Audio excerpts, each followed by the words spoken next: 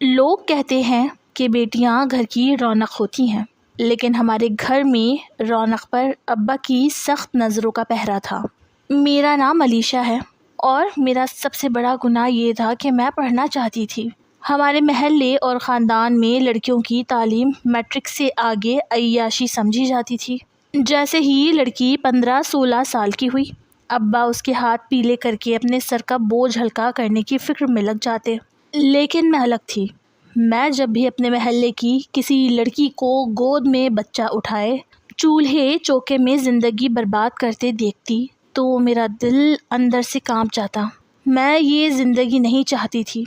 میں چاہتی تھی کہ پڑھ لکھ کر اپنے پیروں پر کھڑی ہوں، کوئی مقام حاصل کروں۔ بچپن سے ہی میں نے اپنے گھر میں صرف خوف کا راج دیکھا تھا۔ ابا کی بھاری آواز جب بھی صحن میں گونجتی تو میں اور امی اپنی اپنی جگہ سہم جاتے۔ ہمارے گھر میں کسی کو اپنی مرضی سے سانس لینے کی بھی اجازت نہیں تھی، خاص طور پر جب بات میری پڑھائی کی آتی تو ابا کا چہرہ غصے سے سرخ ہو جاتا۔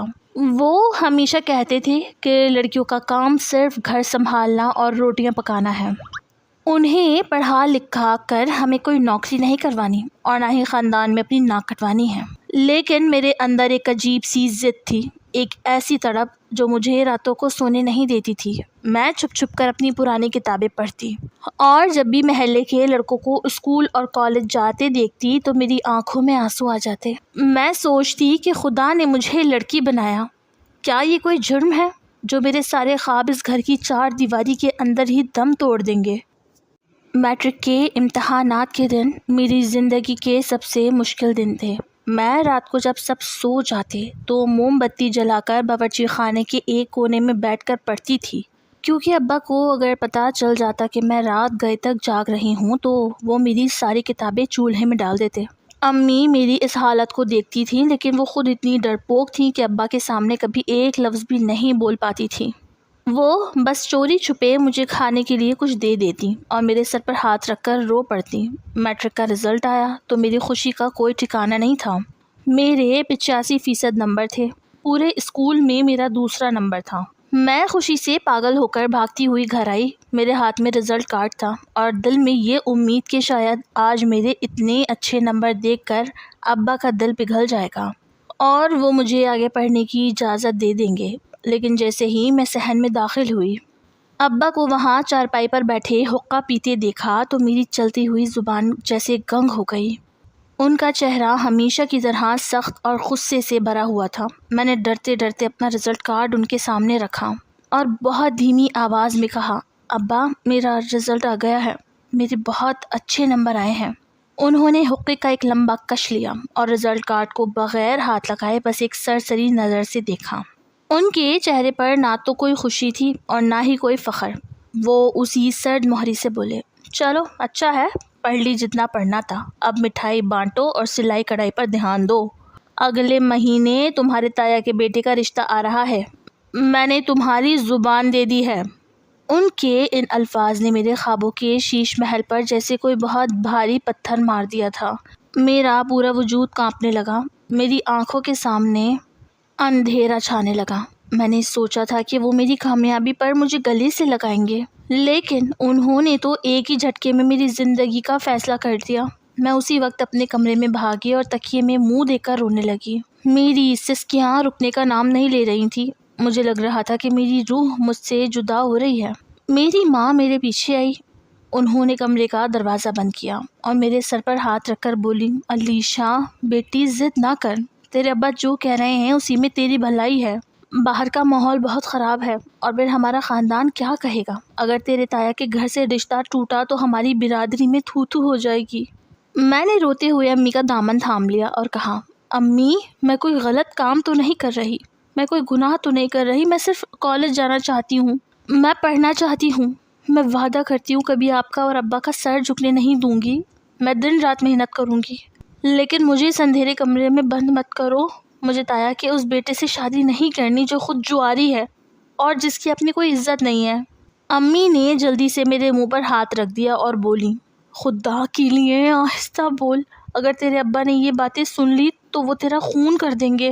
اگلے 3 دن ہمارے گھر میں ایک خاموشی اور ہولناک جنگ چلی۔ میں نے کھانا پینا بالکل چھوڑ دیا، میں اپنے کمرے سے باہر نہیں نکلتی تھی۔ امی میری یہ حالت دیکھ کر اندر ہی اندر کڑ رہی تھی۔ آخرکار چوتھے دن کی رات کو جب ابا کھانا کھا رہے تھے تو امی نے اپنی زندگی میں پہلی بار ہمت جمع کی اور ابا کے سامنے منہ کھولا۔ انہوں نے بہت ڈرتے ڈرتے کہا، علیشہ کے نمبر بہت اچھے آئے ہیں اور وہ کالج جانے کے لیے رو رو کر پاگل ہو رہی ہے۔ اگر وہ 2 سال کالج پڑھ لے گی تو اس میں کوئی برائی نہیں ہے، شادی تو بعد میں بھی ہو سکتی ہے۔ امی کا یہ کہنا تھا کہ ابا نے غصے سے کھانے کی تھالی صحن میں پھینک دی۔ برتن ٹوٹنے کی آواز سے پورا گھر گونج اٹھا۔ ابا چارپائی سے اٹھے اور چنگھاڑتے ہوئے بولے، تمہاری یہ ہمت کہ تم میرے فیصلے کے سامنے زبان چلاؤ؟ اس لڑکی نے تمہارا دماغ خراب کر دیا ہے۔ اگر اس لڑکی کی وجہ سے میری ناک کٹی یا برادری میں کسی نے انگلی اٹھائی تو میں تم دونوں کو زندہ دفن کر دوں گا۔ چلی جائے کالج، لیکن یاد رہے اگر مجھے ذرا سی بھی اونچ نیچی خبر ملی یا کسی نے اس کی طرف دیکھا بھی تو میں اس کی پڑھائی تو کیا اس کا سانس لینا بھی بند کر دوں گا۔ میں اپنے کمرے میں بیٹھی ابا کی یہ باتیں سن رہی تھی اور میرا جسم خوف سے کانپ رہا تھا، لیکن اس خوف کے اندر ایک لکیر امید کی بھی تھی کہ ابا نے مجھے کالج جانے کی اجازت دے دی تھی، چاہے وہ اجازت کتنی ہی سخت شرائط پر کیوں نہ ہو۔ اگلی صبح ابا نے مجھے صحن میں اپنے سامنے کھڑا کیا۔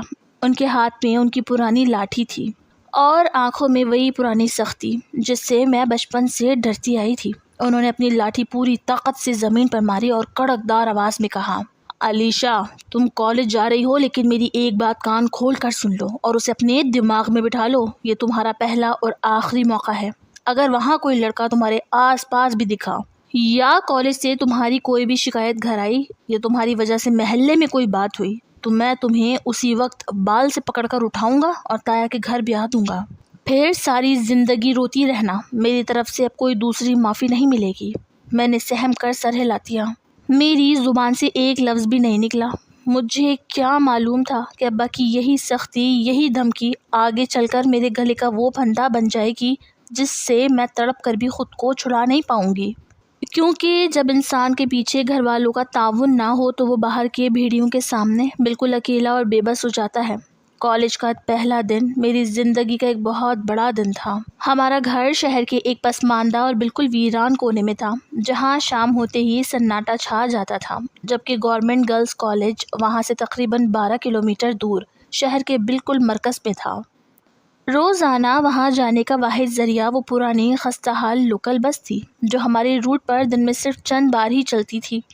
پہلے دن جب میں بس اسٹاپ پر کھڑی ہوئی تو صبح کے 6:30 بج رہے تھے۔ سردی کی وجہ سے دھند تھی اور میرا دل زور سے دھڑک رہا تھا۔ میں نے اپنا سفید دوپٹہ اچھی طرح اپنے گرد لپیٹا ہوا تھا اور میری نظریں زمین میں گڑی تھی۔ جیسے ہی بس آئی، مردوں اور عورتوں کا ایک بہت بڑا ہجوم اس کی طرف لپکا، سب ایک دوسرے کو دھکے دے رہے تھے۔ میں نے زندگی میں کبھی ایسا ماحول نہیں دیکھا تھا۔ میں ایک کونے میں کھڑی سہم رہی تھی، لیکن پھر مجھے ابا کا چہرہ یاد آیا اور میں نے کس طرح خود کو اس ہجوم کے اندر دھکیلا۔ بس کے اندر خواتین کا پورشن بہت ہی چھوٹا تھا، جہاں پہلے ہی بہت سی خواتین اور اسکول کی بچیاں ایک دوسرے پر گر رہی تھیں۔ مجھے کھڑے ہونے کے لیے بمشکل ایک چھوٹی سی جگہ ملی۔ بس جیسے ہی چلی، اس کے پرانے انجن کی آواز اور سڑک کے گڑھوں کی وجہ سے جو زوردار جھٹکے لگتے، اس سے میرا دم گھٹنے لگتا تھا۔ لیکن میرے اندر ایک عجیب سی خوشی بھی تھی کہ میں اپنے خواب کی طرف بڑھ رہی ہوں۔ میں کالج پہنچنے کے لیے ہر تکلیف برداشت کرنے کو تیار تھی۔ کالج کا ماحول ہمارے گھر اور محلے سے بالکل الگ تھا۔ وہاں کی لڑکیاں آزاد تھیں، ہنستی مسکراتی تھیں اور اپنی زندگی کو کھل کر جی رہی تھیں۔ وہاں میری ملاقات مریم سے ہوئی۔ مریم ایک بہت ہی سلجھی ہوئی، پراعتماد اور نڈر لڑکی تھی جو شہر کے ایک بہت ہی کھلے اور پڑھے لکھے ماحول والے خاندان سے تعلق رکھتی تھی۔ وہ کھل کر ہنستی تھی، اپنی بات بلا خوف و خطر کہتی تھی اور ہمیشہ حق کے لیے کھڑی ہو جاتی تھی۔ میں اکثر اسے دیکھ کر سوچتی کہ کاش میں بھی اتنی ہی بہادر ہوتی، کاش میرے پیچھے بھی ایک ایسا باپ ہوتا جو مجھے ڈرانے کے بجائے میری ہمت بڑھاتا۔ روزانہ کا یہ سفر اب میرا معمول بن چکا تھا۔ صبح 7 بجے نکلنا اور دوپہر 2 بجے واپس آنا۔ سفر بہت تھکا دینے والا تھا، لیکن پڑھائی کا شوق مجھے ہر مشکل برداشت کرنے کی طاقت دیتا تھا۔ آہستہ آہستہ میں اس بھیڑ بھاڑ اور بس کے غلیظ ماحول کی عادی ہونے لگی، لیکن میں نے شروع ہی کے دنوں میں ایک چیز نوٹ کی تھی کہ ہماری روٹ پر چلنے والی بسوں میں سے ایک مخصوص بس ایسی تھی جس کا ٹائم واپسی پر سب سے آخر میں ہوتا تھا۔ وہ آخری ٹرپ ہوتا تھا جو شہر سے واپس ہمارے ویران علاقے کی طرف جاتا تھا، اور اس بس کا عملہ جس میں ڈرائیور اور کنڈکٹر شامل تھے وہ محلے کے عام لوگوں جیسے نہیں تھے۔ کنڈکٹر ایک تگڑا گندمی رنگت کا حامل شخص تھا جس کی عمر کوئی 30-35 سال کے قریب ہوگی۔ اس کے بال ہمیشہ بکھرے رہتے اور وہ پان چبا کر دانتوں کو سرخ کیے رکھتا۔ اس کی آنکھوں میں ایک عجیب سی عیاری اور درندگی تھی۔ وہ جب بھی خواتین کے پورشن کی طرف آتا تو اس کی نظریں عام کنڈکٹروں جیسی نہیں ہوتی تھی جو صرف کرایہ لینے پر دھیان دیتے ہیں۔ اس کی نظریں سواریوں کے جسموں کو ٹٹولتی تھیں۔ شروع میں جب وہ میرے پاس سے گزرتا تو میں اپنی نظریں جھکا لیتی یا کھڑکی سے باہر دیکھنے لگتی۔ مجھے لگتا تھا کہ شاید یہ میرا وہم ہے یا شاید لوکل بسوں کا ماحول ہی ایسا ہوتا ہے، اسی لیے میں نے کبھی اس بات پر زیادہ دھیان نہیں دیا۔ کالج کے 3 مہینے بہت سکون سے گزر گئے۔ میں اپنی کلاس میں سب سے آگے تھی اور اساتذہ بھی مجھ سے بہت خوش تھے۔ مجھے لگتا تھا کہ میں نے اپنی زندگی کی سب سے بڑی جنگ جیت لی ہے اور اب مجھے کوئی نہیں روک سکتا، لیکن حقیقت یہ تھی کہ اصلی امتحان تو ابھی شروع ہونا تھا جس کے لیے میں ذہنی طور پر بالکل تیار نہیں تھی۔ نومبر کے وسط میں موسم تیزی سے بدلنے لگا اور دن چھوٹے ہونے لگے۔ کالج میں امتحانات کی تیاریوں کا زور تھا جس کی وجہ سے اکثر کلاسز دیر تک چلتی تھی۔ ایک دن کالج کی لائبریری میں اسائنمنٹ مکمل کرتے کرتے مجھے وقت کا اندازہ ہی نہیں ہوا۔ جب میں نے گھڑی دیکھی تو 2:45 بج رہے تھے۔ میرے ہاتھ پاؤں ٹھنڈے ہو گئے کیونکہ مجھے معلوم تھا کہ اس وقت تک روٹ کی عام بسیں جا چکی ہوں گی اور اب مجھے اسی آخری بس کا سہارا لینا پڑے گا جس سے میں ہمیشہ بچنے کی کوشش کرتی تھی۔ میں جلدی سے اپنا بیگ سنبھال کر کالج کے گیٹ سے باہر نکلی اور تیز قدموں سے بس اسٹاپ کی طرف بڑھنے لگی۔ سڑک پر اڑتی ہوئی دھول اور شام کے سائے گہرے ہو رہے تھے۔ بس اسٹاپ پر پہنچ کر معلوم ہوا کہ گاڑی آنے میں ابھی 20 منٹ باقی ہیں۔ میں ایک کونے میں کھڑی ہو کر بے چینی سے سڑک کی طرف دیکھنے لگی اور دل ہی دل میں آیت الکرسی کا ورد کرنے لگی کیونکہ ابا کا چہرہ میری آنکھوں کے سامنے گھوم رہا تھا۔ اگر میں آج لیٹ ہو گئی تو گھر میں قیامت آ جائے گی۔ تقریباً 20 منٹ بعد وہی پرانی خستہ حال بس دور سے آتی ہوئی دکھائی دی جس کے انجن کے بھاری آواز ویران سڑک پر گونج رہی تھی۔ بس جیسے ہی رکی میں جلدی سے پچھلے دروازے سے اندر سوار ہو گئی۔ بس کے اندر کا ماحول دیکھ کر میرا دل دھک سے رہ گیا کیونکہ خواتین کے پورشن میں میرے علاوہ صرف 2 بوڑھی عورتیں بیٹھی تھیں جن کے پاس سبزیوں کے تھیلے تھے، اور مردوں والے حصے میں بھی صرف 2 یا 3 مزدور دور کی سیٹوں پر بیٹھے اونگ رہے تھے۔ میں نے ہمیشہ کی طرح کھڑکی کے ساتھ والی سیٹ کا انتخاب کیا اور اپنے بیگ کو اپنی گود میں بالکل سیدھا رکھ لیا تاکہ وہ میرے اور دنیا کے درمیان ایک دیوار بن جائے۔ بس نے ایک زوردار جھٹکا کھایا اور اپنی منزل کی طرف چل پڑی۔ شہر کی روشنیاں آہستہ آہستہ پیچھے چھوٹ رہی تھی اور بس اس روٹ پر ڈال دی گئی تھی جو ہمارے ویران علاقے کی طرف جاتا تھا، جہاں سڑک کے دونوں طرف صرف جھاڑیاں اور اکا دکا فیکٹریاں تھیں جن کی لائٹیں اندھیرے میں عجیب سی لگ رہی تھیں۔ میں نے محسوس کیا کہ بس کے چلتے ہی وہ تگڑا اور گندمی رنگت والا کنڈکٹر جس کا نام ساجد تھا پچھلے حصے کی طرف آنے لگا۔ اس کے منہ میں پان دبا ہوا تھا اور وہ ایک گندی سی قمیص پہنے ہوئے تھا جس کے اوپر کے 2 بٹن کھلے ہوئے تھے۔ وہ جب خواتین کے پورشن میں داخل ہوا تو اس کی نظریں سیدھی مجھ پر آ کر ٹک گئیں۔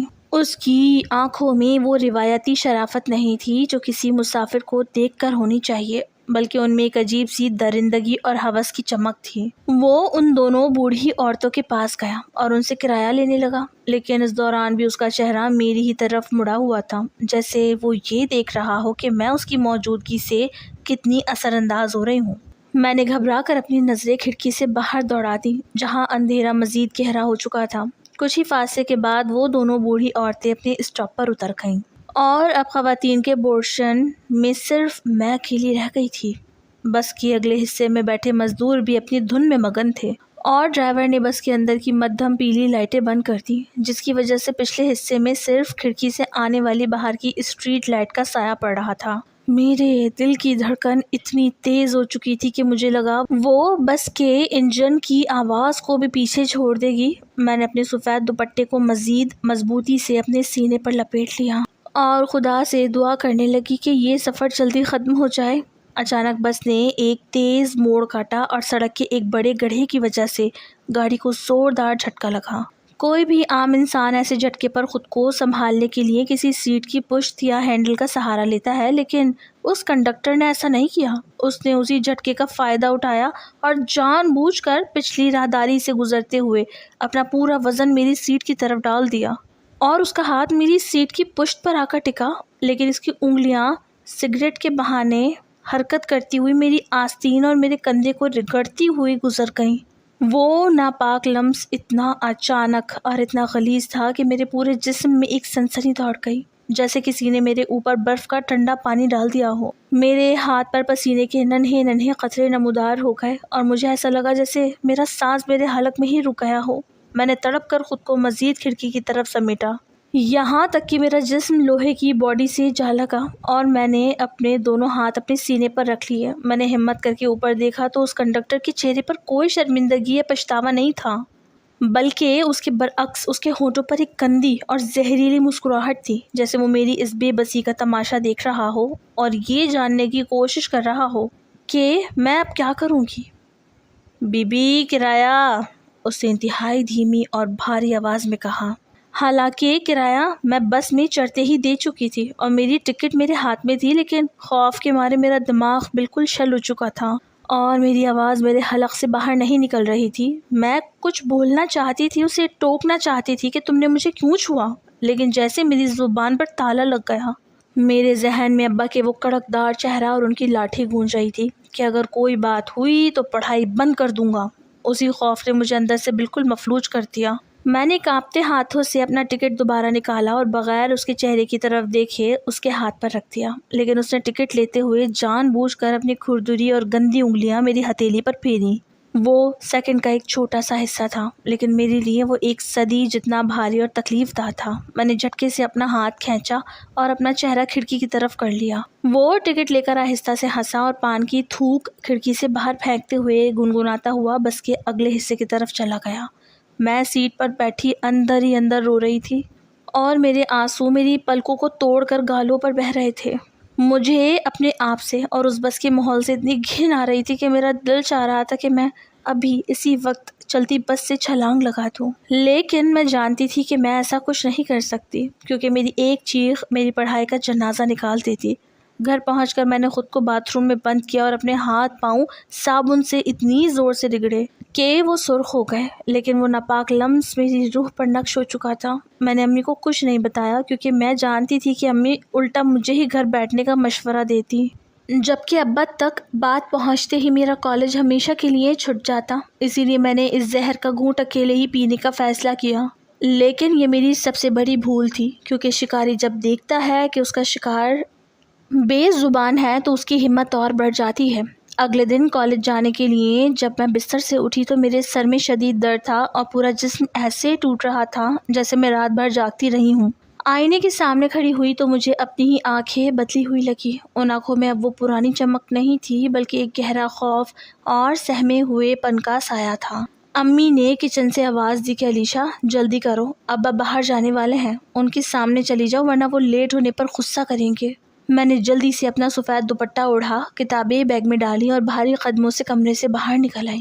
ابا صحن میں کھڑے اپنی چادر درست کر رہے تھے۔ انہوں نے ایک تیز نظر مجھ پر ڈالی لیکن کچھ بولے بغیر باہر چلے گئے۔ میں نے مٹی کی دیوار کا سہارا لے کر ایک لمبا سانس لیا، کیونکہ جب تک وہ گھر سے نہیں جاتے تھے میری جان حلق میں اٹکی رہتی تھی۔ کالج پہنچتے تک کا پورا سفر میں نے بس کی سیٹ پر بالکل سہم کر گزارا۔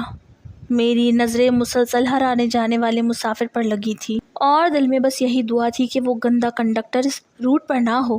خوش قسمتی سے صبح کی بس میں وہ نہیں تھا اور میں نے سکون کا سانس لیا، لیکن میرے ذہن سے کل شام کا وہ ہولناک لمس اور اس کی غلیظ مسکراہٹ کسی صورت نکل نہیں رہی تھی۔ کالج میں جب پروفیسر صاحب لیکچر دے رہے تھے تو میرا دھیان بالکل کتابوں میں نہیں تھا۔ مریم میرے برابر میں بیٹھی تھی اور وہ کب سے مجھے غور سے دیکھ رہی تھی، کیونکہ میں عام طور پر ہر سوال کا جواب سب سے پہلے دیتی تھی، لیکن آج میں بالکل خاموش اور گمسم تھی۔ جیسے ہی کلاس ختم ہوئی اور سب لڑکیاں باہر نکلی، مریم نے میرا ہاتھ پکڑا اور مجھے کالج کے باغیچے کے ایک پرسکون کونے میں لے گئی، جہاں گھنی جھاڑیوں کے پاس ایک پرانا بینچ تھا۔ اس نے مجھے وہاں بٹھایا اور بڑی ہمدردی سے میرا چہرہ اپنے ہاتھوں میں لے کر پوچھا، علیشا، سچ سچ بتاؤ، تمہیں کیا ہوا ہے؟ کل سے تمہارا چہرہ اترا ہوا ہے اور تم کسی گہرے صدمے میں لگ رہی ہو۔ کیا گھر میں ابا نے پھر کچھ کہا ہے؟ مریم کے اس پیار اور اپنے پن نے میرے اندر کے بند کو توڑ دیا اور میں اس کے گلے لگ کر زار و قطار رونے لگی۔ مریم گھبرا گئی اور اس نے میری پیٹھ تھپتھپاتے ہوئے کہا، خدا کے لیے چپ ہو جاؤ اور بتاؤ کیا بات ہے؟ کسی نے کچھ کہا ہے تمہیں؟ میں نے روتے ہوئے ہچکیاں لیتے ہوئے اسے کل شام کا پورا واقعہ سنا دیا کہ کس طرح بس خالی ہو گئی تھی اور اس کنڈکٹر نے جان بوجھ کر جھٹکے کا فائدہ اٹھا کر مجھے چھوا، اور کس طرح اس نے ٹکٹ لیتے ہوئے میری ہتھیلی پر اپنی انگلیاں پھیری۔ مریم نے جب یہ سب سنا تو اس کا چہرہ غصے سے سرخ ہو گیا۔ اس نے اپنے ہاتھ کی مٹھی کو زور سے بینچ پر مارا اور بولی، یہ ان لوکل بس والوں کی ہمت اتنی بڑھ کیسے جاتی ہے علیشا؟ تم خاموش کیوں رہی؟ تم نے اس وقت شور کیوں نہیں مچایا یا ڈرائیور کو کیوں نہیں ٹوکا؟ میں نے روتے ہوئے کہا، مریم، میں کیسے شور مچاتی؟ تم میرے گھر کے حالات نہیں جانتی۔ میرے ابا پہلے ہی میری پڑھائی کے سخت خلاف ہیں۔ انہوں نے مجھے کالج بھیجنے سے پہلے صاف لفظوں میں وارننگ دی تھی کہ اگر باہر کوئی بھی اونچ نیچ ہوئی یا کسی نے میری طرف انگلی بھی اٹھائی تو وہ میری پڑھائی ہمیشہ کے لیے بند کر دیں گے اور تایا کے جواری بیٹے سے میری شادی کر دیں گے۔ اگر میں وہاں تماشا کھڑا کرتی اور بات محلے تک پہنچ جاتی تو میرا سب کچھ ختم ہو جاتا۔ مریم نے گہرا سانس لیا اور میری مجبوری کو سمجھتے ہوئے دھیمی لہجے میں کہا، میں تمہاری بات سمجھ سکتی ہوں علیشا، لیکن یاد رکھو تمہاری یہ خاموشی اس بھیڑیے کی ہمت کو اور بڑھا دے گی۔ وہ سمجھے گا کہ تم ڈرپوک ہو اور تم کبھی منہ نہیں کھولو گی، اور اگلی بار وہ اس سے بھی زیادہ بڑی حرکت کرنے کی کوشش کرے گا۔ تمہیں مقابلہ کرنا ہوگا۔ میں نے معصومیت سے پوچھا، لیکن مریم، میں کیسے مقابلہ کروں؟ میں تو اس کے سامنے اکیلی ہوتی ہوں اور بس بھی خالی ہوتی ہے۔ مریم نے مجھے اپنے قریب کیا اور طریقہ بتاتے ہوئے بولی، سنو، اگلی بار جب وہ تمہارے پاس آنے کی کوشش کرے یا جان بوجھ کر کھڑا ہو تو تم اپنے بیگ میں ہمیشہ ایک بڑی سی سیفٹی پن یا کوئی تیز نوک والی پینسل تیار رکھا کرو۔ جیسے ہی وہ تمہارے قریب آئے، اپنا جسم تمہاری سیٹ سے رگڑنے کی کوشش کرے، تم بغیر شور مچائے وہ پن پوری طاقت سے اس کے ہاتھ یا بازو پر چبھو دینا۔ وہ درد سے پیچھے ہٹے گا اور اسے سمجھ آ جائے گی تم کوئی موم کی گڑیا نہیں ہو جسے وہ جب چاہے مسل دے۔ اور دوسرا طریقہ یہ ہے کہ تم جیسے ہی دیکھو کہ بس خالی ہو رہی ہے، تم فوراً اٹھ کر ڈرائیور کے بالکل پیچھے والی سیٹ پر جا کر بیٹھ جایا کرو جہاں وہ سب کے سامنے ہو، اور اگر وہ پھر بھی باز نہ آئے تو تم اپنے گھر میں اپنی امی کو اعتماد میں لو اور انہیں کہو کہ وہ ابا سے بات کریں۔ میں نے مریم کی باتیں سنی اور سر ہلا دیا کہ میں ایسا ہی کروں گی، لیکن حقیقت یہ تھی کہ مریم کا خاندانی ماحول الگ تھا۔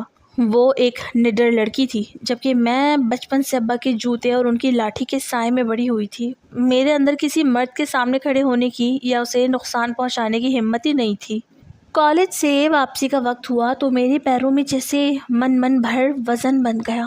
میں نے مریم کے بتائے ہوئے طریقے کے مطابق اپنی جیومیٹری باکس سے ایک تیز نوک والا لوہے کا ڈیوائیڈر نکالا اور اسے اپنے بیگ کی اگلی جیب میں اس طرح رکھ لیا کہ زپ کھولتے ہی وہ میرے ہاتھ میں آ جائے۔ میں بس اسٹاپ پر پہنچی تو دل بری طرح دھڑک رہا تھا۔ جیسے ہی وہ آخری بس آئی، میں نے دعا کی کہ وہ کنڈکٹر نہ ہو، لیکن جیسے ہی میں اندر سوار ہوئی، میری نظریں اسی ساجد نامی کنڈکٹر پر پڑی جو دروازے کے پاس کھڑا مسافروں سے کرایہ لے رہا تھا۔ مجھے دیکھتے ہی اس کی آنکھوں میں وہی پرانی چمک اور ایک فاتحانہ مسکراہٹ ابھر آئی، جیسے وہ میرا ہی انتظار کر رہا ہو۔ میں سہم کر خواتین کے پورشن کی آخری سیٹ پر بیٹھ گئی۔ مریم نے کہا تھا کہ ڈرائیور کے پیچھے بیٹھنا، لیکن وہاں پہلے ہی 2 بڑی عمر کے مرد بیٹھے ہوئے تھے، اسی لیے میری ہمت نہیں ہوئی کہ میں ان کے پاس جا کر بیٹھتی۔ بس جیسے ہی چلی اور آہستہ آہستہ شہر کی حدود ختم ہونے لگی، مسافر ایک ایک کر کے اپنے اسٹاپس پر اترنے لگے، یہاں تک کہ بس پھر سے اسی ویران سڑک پر آ گئی جہاں سڑک کے دونوں طرف صرف اندھیرا اور خاموشی تھی۔ اب بس میں صرف میرے علاوہ ایک سواری بچی تھی جو سب سے اگلی سیٹ پر بیٹھی تھی۔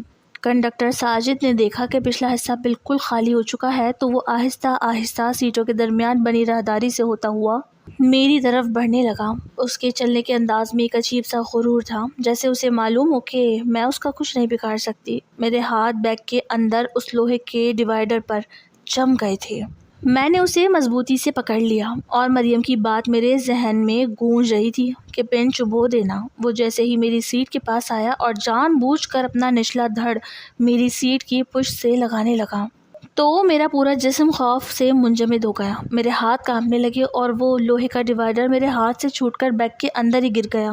خوف کا ایک ایسا فالج مجھ پر گرا کہ میں اپنی جگہ سے ہل بھی نہ سکی۔ میری ہمت بالکل جواب دے گئی تھی اور میں صرف اپنی آنکھیں بند کر کے کھڑکی کی طرف منہ کر کے بیٹھ گئی۔ ساجد نے میری اس شدید کمزوری اور بے بسی کو دیکھا تو اس کی ہمت اور بڑھ گئی۔ اس نے دیکھا کہ یہ لڑکی نہ تو شور مچا رہی ہے اور نہ ہی کوئی مزاحمت کر رہی ہے۔ اس نے جان بوجھ کر اپنا ہاتھ میری سیٹ کے اوپر رکھا اور اس بار اس کی کوہنی میری پیٹھ کو چھوتی ہوئی گزری۔ میں اندر ہی اندر مر رہی تھی لیکن زبان سے ایک لفظ نہیں نکال پا رہی تھی۔ وہ چند منٹ میرے لیے کسی جہنم سے کم نہیں تھے۔ جب میرا اسٹاپ آیا تو میں بغیر پیچھے دیکھے بس سے نیچے اتری اور پاگلوں کی طرح گھر کی طرف بھاگی۔ گھر پہنچ کر میں اپنے کمرے میں بیٹھ کر رونے لگی۔ میں نے سوچا کہ میں ابا کو سب بتا دوں گی، چاہے میری پڑھائی چھوٹ جائے، لیکن یہ روز روز کی موت مجھ سے برداشت نہیں ہوتی۔ میں ہمت کر کے کمرے سے باہر نکلی تو دیکھا کہ ابا صحن میں بیٹھے چائے پی رہے تھے اور امی ان کے پاس کھڑی تھی۔ ابا کسی بات پر غصے میں تھے اور امی کو جھڑک رہے تھے کہ تم نے اس لڑکی کو لاڈ پیار چڑھا کر خراب کر دیا ہے۔ اگر اس کے بارے میں کوئی بھی غلط خبر میرے کان تک پہنچی تو میں اس کی ٹانگیں توڑ دوں گا۔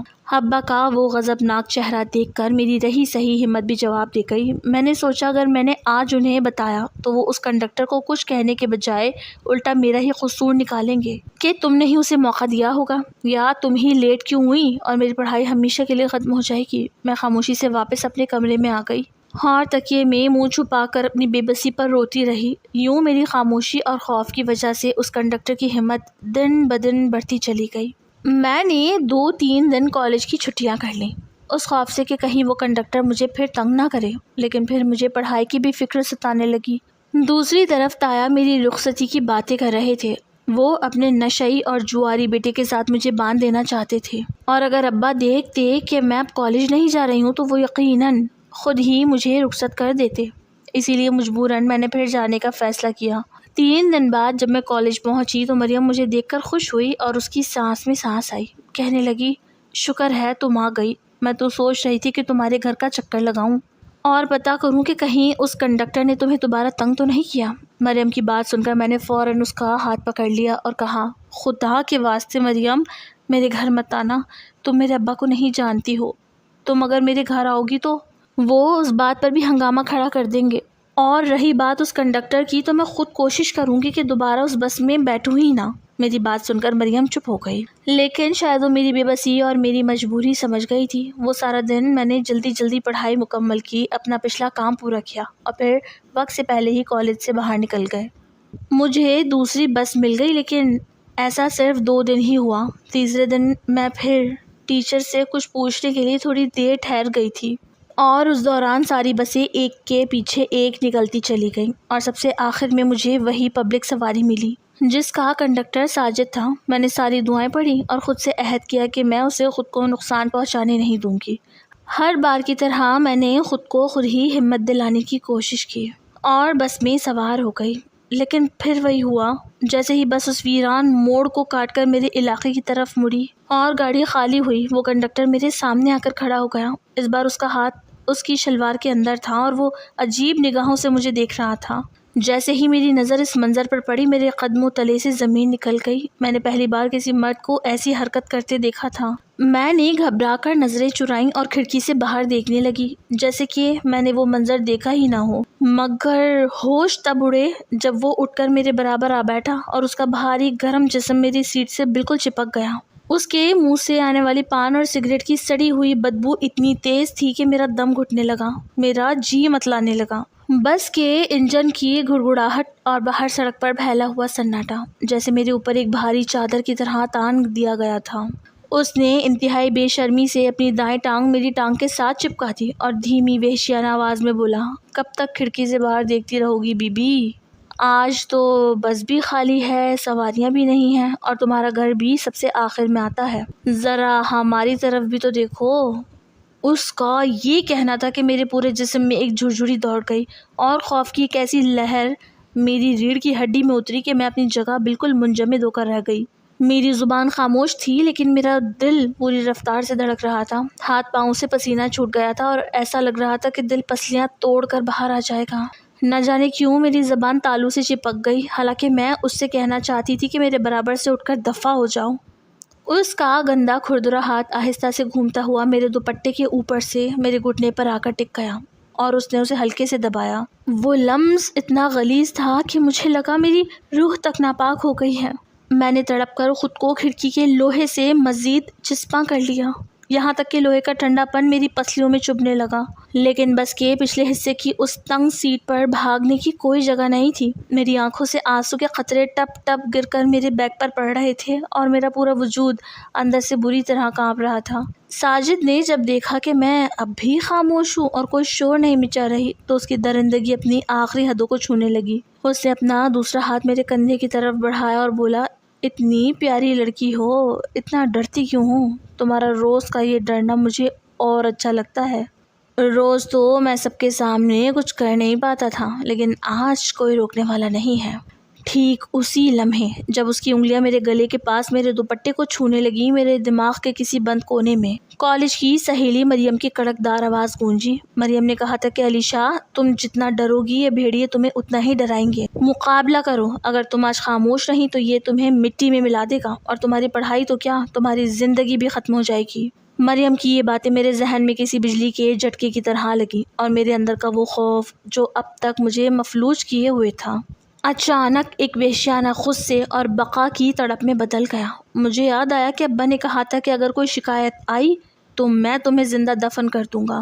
میں نے سوچا اگر میں آج خاموش رہی تو یہ مجھے ویسے ہی مار دے گا، تو پھر ڈرنا کیسا. میں نے روتے ہوئے معصوم بننے کا ناٹک جاری رکھا اور اپنی ہچکیوں کو روک کر بہت دھیمی عاجزانہ آواز میں کہا، مجھے مت چھوؤ، میں تمہیں اپنے بیگ سے سارے پیسے نکال کر دے دیتی ہوں، جو چاہیے لے لو لیکن دور ہو جاؤ.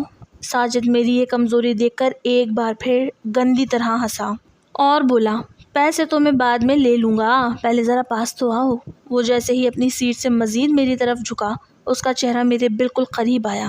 میں نے اپنے کانپتے ہاتھوں سے اپنے بیگ کی زپ کو آہستہ سے کھولا. میرا ہاتھ بیگ کے اندر کسی پین یا پینسل کی طرف نہیں گیا، بلکہ مریم کے کہنے پر جو لوہے کا تیز دھار بڑا اسکیل اور پرکار میں نے جیومیٹری باکس کے بغیر ہی بیگ کی اگلی جیب میں رکھا تھا، میری انگلیاں اس پر جم گئی. میں نے اس لوہے کے تیز دھار اسکیل کو اپنی مٹھی میں اتنی طاقت سے جکڑا کہ میری اپنی انگلیاں سفید پڑ گئیں اور ناخن گوشت میں چبھنے لگا. جیسے ہی ساجد نے اپنا منہ میری گردن کے پاس لانے کی کوشش کی اور اس کا پورا دھیان میری بے بسی پر تھا، میں نے اپنے اندر موجود سالوں کی گٹھن، ابا کے خوف، محلے کے تانے اور اس کنڈکٹر کی روز روز کی غلیظ حرکتوں کا سارا غصہ اپنے دائیں بازو میں جمع کیا. میں نے بغیر ایک سیکنڈ ضائع کیے اپنی پوری طاقت کے ساتھ وہ تیز دھار لوہے کا اسکیل اور پرکار ساجد کے چہرے اور اس کی دائیں آنکھ پر دے مارا. وہ وار اتنا اچانک، اتنا بھرپور اور اتنا وحشیانہ تھا کہ لوہے کا وہ تیز حصہ سیدھا اس کی آنکھ کے اندر دھنس گیا. ساجد کے حلق سے ایک ایسی ہولناک، دردناک اور غیر انسانی چیخ نکلی کہ پوری بس کا ڈھانچہ کانپ گیا. وہ تڑپ کر پیچھے ہٹا اور اس کے دونوں ہاتھ اپنے چہرے پر چلے گئے، جہاں سے خون کا ایک گرم فوارہ ابل کر میری قمیص اور میرے دوپٹے پر آ گرا. وہ درد سے پاگل ہو کر سیٹ کے نیچے تڑپنے لگا اور فرش پر گر کر مچھلی کی طرح تڑپتے ہوئے گندی گالیاں دینے لگا. اس کی یہ ہولناک چیخ سن کر بس کا ڈرائیور، جو اب تک شیشے میں سب دیکھ کر مزے لے رہا تھا، بری طرح چونک گیا. اس نے فوراً بس کو ایک زوردار جھٹکے کے ساتھ بریک مارا، جس کی وجہ سے بس سڑک کے کنارے جھاڑیوں کے پاس رک گئی. ڈرائیور غصے اور خوف کے مارے اپنی سیٹ سے اٹھا اور پیچھے کی طرف بھاگا. میں جانتی تھی کہ اگر میں ایک سیکنڈ کے لیے بھی رکی تو ڈرائیور مجھے زندہ نہیں چھوڑے گا. میں نے فوراً اپنی سیٹ سے چھلانگ لگائی، اپنا بیگ اٹھایا اور بس کے پچھلے ہنگامی دروازے کی طرف لپکی. ڈرائیور ابھی راہداری کے درمیان ہی پہنچا تھا کہ میں نے پوری طاقت سے ہنگامی دروازے کا بڑا لوہے کا لاک نیچے کھینچا اور دروازہ کھلتے ہی باہر ویران اور دھند سے بڑی سڑک پر چھلانگ لگا دی. سڑک پر گرتے ہی میرا توازن بگڑ گیا اور میں گھسیٹتی ہوئی بجری پر جا گری، جس سے میرے دونوں گھٹنے، ہتھیلیاں اور کوہنیاں بری طرح چھل گئیں اور ان سے خون نکلنے لگا. لیکن اس وقت مجھے کسی درد کا احساس نہیں ہو رہا تھا. میرے اندر صرف ایک ہی دھن سوار تھی کہ مجھے بھاگنا ہے. میں فوراً کھڑی ہوئی اور اپنے پاؤں کی مونچھ کی پرواہ کیے بغیر پاگلوں کی طرح اس سڑک پر اپنے گھر کی سمت بھاگنے لگی. پیچھے بس کے پاس سے ڈرائیور کی چلانے اور ساجد کے تڑپنے کی آوازیں دھند کے اندھیرے میں آہستہ آہستہ مدھم ہوتی چلی گئیں، اور میں اپنے پھٹے ہوئے کپڑوں، بکھرے ہوئے بالوں اور خون آلود کپڑوں کے ساتھ شام کے 7 بجے اپنے گھر کے دروازے پر پہنچ گئی۔ میں نے اپنے کانپتے ہاتھوں سے گھر کا بھاری لوہے کا دروازہ زور زور سے کھٹکھٹانا شروع کیا۔ میرے دل کی دھڑکنیں اب زبان تک آ رہی تھیں اور پورا جسم درد اور خوف سے ٹوٹ رہا تھا۔ دروازہ امی نے کھولا۔ جیسے ہی انہوں نے پیلی لائٹ کی روشنی میں میری یہ حالت دیکھی، ان کے منہ سے ایک آدھی چیخ نکل گئی جو انہوں نے فوراً اپنے دوپٹے سے دبا لی۔ صحن میں ابا ہمیشہ کی طرح چائے پار پر بیٹھے حقہ پی رہے تھے۔ میری سسکیاں اور امی کی گھبراہٹ دیکھ کر وہ غصے سے اٹھے اور اپنی پرانی لاٹھی زمین پر مارتے ہوئے کڑکدار آواز میں بولے، یہ کیا وقت ہے گھر آنے کا؟ کتنی دیر سے میں اور تمہاری ماں انتظار کر رہے ہیں، تمہاری یہ کیا حالت ہے؟ میں نے پہلے ہی دن کہا تھا نا کہ اگر باہر کوئی بھی اونچ نیچ ہوئی تو میں تمہاری ٹانگیں توڑ دوں گا۔ ابا نے میری تکلیف، میرے بہتے ہوئے خون یا میرے پھٹے ہوئے کپڑوں کا ذرا بھی خیال نہیں کیا۔ ان کی نظروں میں صرف اپنی خاندانی غیرت اور غصہ تھا۔ انہوں نے مجھے بازو سے پکڑ کر زور سے جھٹکا دیا اور امی کی طرف رخ کر کر چلانے لگے، دیکھ لو اپنی لاڈلی کو، اسی وجہ سے میں منع کرتا تھا کہ لڑکیوں کو باہر مت بھیجو۔ رات کا اندھیرا پھیل گیا ہے اور یہ اب اکیلی گھر آئی ہے، وہ بھی اس حالت میں۔ اگر کسی نے اسے دیکھ لیا ہو تو ہم برادری میں کیا منہ دکھائیں گے؟ اگر کسی کو پتہ چل گیا تو ہماری ناک کٹ جائے گی۔ میں نے روتے ہوئے ابا کو سب بتانے کی کوشش کی کہ ابا، اس کنڈکٹر نے میرے ساتھ گندی حرکت کی اور میں نے اپنی عزت بچانے کے لیے اس پر وار کیا، لیکن ابا نے میری ایک نہ سنی اور غصے سے میرا بیگ اٹھا کر صحن کے کونے میں پھینک دیا اور بولے، بس بہت ہو گئی، اب تمہاری پڑھائی آج سے اور اسی وقت سے ہمیشہ کے لیے بند ہے۔ اگلے ہی ہفتے تمہاری شادی تمہارے تایا کے بیٹے سے ہوگی، میں اب اپنی ناک نہیں کٹوا سکتا۔ ابا نے اپنی بات پر قائم رہتے ہوئے اگلے ہی دن سے میری شادی کی تیاریاں شروع کر دی۔ انہوں نے برادری کے ڈر سے اور جلد بازی میں سب کچھ اتنی جلدی کیا کہ مجھے سنبھلنے کا موقع بھی نہ ملا۔ شادی کی تیاریاں زور و شور سے جاری تھی۔ بارات والا دن بھی آ گیا۔ میں اپنی قسمت کو رو رہی تھی کیونکہ میں جانتی تھی کہ میری شادی کیسے انسان کے ساتھ ہو رہی ہے، لیکن میں کچھ نہیں کر سکتی تھی کیونکہ اس کنڈکٹر نے سب کچھ تباہ و برباد کر دیا تھا۔ لیکن میری قسمت میں کچھ اور ہی لکھا تھا۔ بارات آنے کے بجائے ہمارے گھر ایک خبر آئی کہ تایا کے بیٹے کو پولیس جوئے کے اڈے سے اٹھا کر لے گئی اور اسے کسی بڑے کیس میں اندر کر دیا ہے۔ اس کی ضمانت بھی ممکن نہیں۔ یہ سننا تھا کہ پورے گھر میں کوہرام مچ گیا۔ پھر تایا خود ہمارے گھر آئے اور کہنے لگے کہ میرے بڑے بیٹے کو بھلے ہی پولیس لے گئی ہو، لیکن یہ میری عزت کا معاملہ ہے، اسی لیے میں اپنے دوسرے بیٹے سے علیشا کی شادی کرنا چاہتا ہوں۔ تایا کی بات سن کر ابا نے فوراً ہی حامی بھر لی کیونکہ وہ بس مجھے کسی بھی طرح رخصت کر کے اپنی جان چھڑانا چاہتے تھے۔ تایا کا دوسرا بیٹا شاہزیب تھا۔ وہ ایک سلجھا ہوا اور خاموش طبع کا لڑکا تھا جو شہر کی ایک فیکٹری میں اچھے عہدے پر کام کرتا تھا۔ وہ ہماری شادی اٹینڈ کرنے آیا تھا اور اب خود دولہا بن رہا تھا۔ مجھے تو ایسا لگ رہا تھا کہ جیسے میری زندگی کا جنازہ اٹھ رہا ہے، کیونکہ میرے ذہن سے اس کنڈکٹر کا وہ ہولناک چہرہ اور وہ گندا لمس نکل ہی نہیں رہا تھا۔ رخصتی کے بعد جب میں شاہزیب کے گھر پہنچی اور شادی کی پہلی رات وہ جیسے ہی کمرے میں داخل ہوا تو اس کے قدموں کی آواز سن کر ہی میرا پورا جسم خوف کے مارے بری طرح کانپنے لگا۔ میں بیٹھ کے کونے میں سہم کر بیٹھ گئی اور اپنے دونوں ہاتھ اپنے سینے پر رکھ لیے جیسے میں اب بھی اس بس کی سیٹ پر بیٹھی خود کو بچا رہی ہوں۔ شاہزیب نے میری یہ حالت دیکھی تو وہ میرے پاس بیٹھنے کے بجائے فرش پر تھوڑا دور بیٹھ گیا۔ اس سے بہت نرمی اور دھیمے لہجے میں کہا، علیشا، تم اتنی ڈری ہوئی کیوں ہو؟ اگر تم مجھ سے کچھ کہنا چاہتی ہو تو کہہ سکتی ہو، میں تمہارا شوہر ہونے سے پہلے ایک انسان ہوں۔ شاہزیب کے اس لہجے نے میرے اندر کے خوف کو تھوڑا کم کیا اور میں نے روتے ہوئے ہچکیاں لیتے ہوئے اسے شادی کی پہلی رات ہی وہ سارا سچ بتا دیا۔ میں نے اسے بتایا کہ کس طرح اس بس کے کنڈکٹر نے میرے ساتھ غلیظ حرکت کی اور کس طرح میں نے اپنی عزت بچانے کے لیے اس کی آنکھ پر لوہے کے اسکیل سے وار کیا تھا اور میرے ابا نے میری تکلیف سمجھے بغیر جلد بازی میں میری شادی کرا دی۔ میں نے روتے ہوئے شاہزیب کے سامنے ہاتھ جوڑ دیے اور کہا، اگر تم مجھے رکھنا نہیں چاہتے تو مجھے طلاق دے دو، لیکن مجھے مارنا مت۔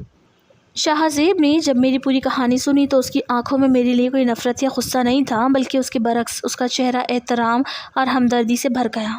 اس نے آگے بڑھ کر بہت پیار سے میرے آنسو پوچھے اور میرا ہاتھ اپنے ہاتھوں میں لے کر بولا، علیشا، تم نے جو کیا وہ کوئی گناہ نہیں تھا، بلکہ وہ تمہاری بربادی تھی۔ تم نے ایک بھیڑیا کا مقابلہ کر کے اپنی عزت خود بچائی ہے۔ مجھے تم پر فخر ہے کہ میری شریک حیات اتنی نڈر ہے۔ تم نے سوچا کیسے کہ میں تمہیں چھوڑ دوں گا؟ آج کے بعد تم اس گھر میں بالکل محفوظ ہو اور تمہارا یہ شوہر تمہاری ہر خوشی اور ہر خواب کا محافظ بنے گا۔ شاہزیب کے ان الفاظ نے میرے دل پر لگے سارے زخموں پر جیسے مرہم رکھ دیا تھا۔ اس نے نہ صرف مجھے سنبھالا بلکہ مجھ سے وعدہ کیا کہ وہ میری تعلیم کو جاری رکھنے میں میری مدد کرے گا۔ کچھ دن ہم وہیں تایا کے گھر پر رہے اور پھر جب وہ نوکری کے لیے شہر جانے لگا تو مجھے بھی اپنے ساتھ شہر لے آیا۔ اگلے ہی مہینے میرا داخلہ شہر کے ایک بڑے کالج میں دوبارہ سے کروا دیا۔ اس نے مجھے روزانہ خود کالج چھوڑا اور واپس لایا اور میری پڑھائی کو آگے بڑھانے میں میری سب سے بڑی ہمت بن گیا۔ میری زندگی خوشیوں سے بھر گئی تھی۔ میں نے جو مرد کا روپ ابا کی صورت میں دیکھا تھا میں اسے ہی مرد کا اصل روپ سمجھتی تھی، لیکن مرد کا اصل روپ کیا ہوتا ہے یہ مجھے شاہزیب سے ملنے کے بعد پتہ چلا۔ میں اپنی ڈگری مکمل کر رہی تھی اور ساتھ ہی اپنے خوابوں کو بھی پورا کر رہی تھی۔ جہاں تک اس وحشی کنڈکٹر ساجد کا تعلق تھا تو خدا کی لاٹھی بے آواز ہوتی ہے اور برے کام کا انجام ہمیشہ برا ہی ہوتا ہے۔ مجھے ہمارے علاقے کے چند لوگوں سے پتہ چلا تھا کہ کسی لڑکی نے اپنی عزت بچانے کے لیے اس کنڈکٹر پر حملہ کر دیا تھا۔ ڈرائیور اسے ہسپتال لے کر تو گیا لیکن زخم اتنا گہرا اور زہریلا ہو چکا تھا کہ ڈاکٹر کو اس کی وہ آنکھ ہمیشہ کے لیے نکالنی پڑی۔ ساجد نہ صرف ایک آنکھ سے ہمیشہ کے لیے معذور ہو گیا بلکہ اس واقعے کے بعد پولیس نے جب بس کی تلاشی لی اور لڑکیوں کو ہراساں کرنے کے ریکارڈ کی تحقیقات کی تو اس کنڈکٹر اور ڈرائیور دونوں کے پچھلے کئی جرائم سامنے آ گئے۔ پولیس نے ان دونوں کو گرفتار کر کے جیل بھیج دیا جہاں وہ اپنی درندگی اور گناہوں کی سزا بھگت رہے تھے۔ وہ کنڈکٹر جو کبھی عورت کو کمزور سمجھ کر اس پر ہاتھ ڈالتا تھا آج ایک آنکھ سے محروم ہو کر جیل کی اندھیری کوٹری میں عبرت کا نشان بن چکا تھا۔ میں شاہزیب جیسی نعمت کے ساتھ اپنی زندگی میں کامیابی کی نئی منزلیں طے کر رہی تھی۔ بس میں دعا کرتی ہوں کہ میرے باپ کو بھی اس بات کا احساس ہو جائے کہ بیٹیاں بوجھ نہیں ہوتی، بس انہیں بھروسے اور محبت کی ضرورت ہوتی ہے۔